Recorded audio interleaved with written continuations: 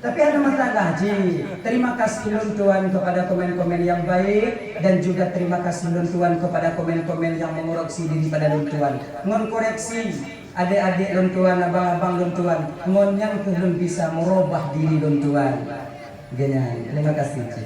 Dah ya, yang masalah timbak tupe malamnya ni bu bapak, nyokon masalah jin hanjil dan pegang malamnya.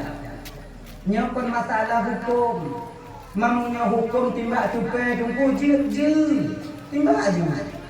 Yang belum sampaikan malamnya adalah rasa kasih sayang kita kepada sesama makhluk Allah. Kedua boh tunggu ikurek kau timbak laju. Menyotok hati timbak. Genya. Oh tunggu dapat untuk tidak oh tunggu dapat jauh tunggu yatim piatu kerana hidup laju. Paju. Nah lurkam.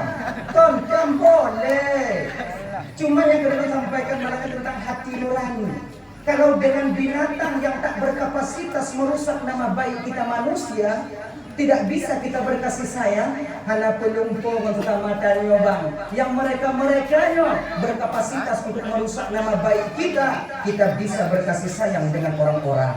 Genya. Oh masalah dengan tidak juga. Ya, masalah apa? Dah ya, ayo kan. Tema kita malamnya dan malamnya pun belum baca spanduk yang dikirim dari panitia Baulun. Padahal kapal dua yang kau luput dikirim dari panitia spanduknya, tapi hana belum baca yang diartinya. Dakwah Islamiyah dalam rangka HUT Majelis Pemuda Taubat yang kedua. Jadi malamnya punya belum cukup malamnya bahawa nyo judul. Mamunya malamnya judul tak cukup menurunnya lagi bahan malamnya. Kitanya kon malim dah. Ilum kon sabong dah. Nyo bahasa Labu Haji nyo. Bahasa awaknya ada jiu ulun. Wan jiu bahasa Labu Haji.